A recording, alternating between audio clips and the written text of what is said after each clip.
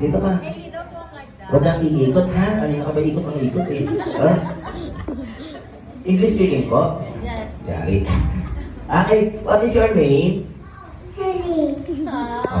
How old are you? Henry. Yung pa rin.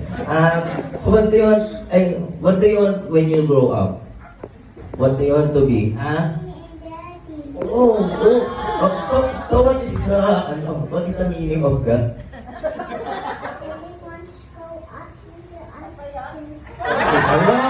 Sabi ko sa inyo, kaya niya eh. Okay, so, greet natin si ate yun ng ng happy birthday katulad ng ginawa ni ate. Ready? Go!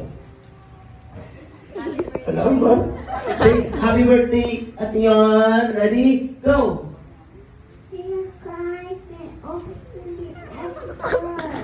Oh! Hindi ko na intindihan.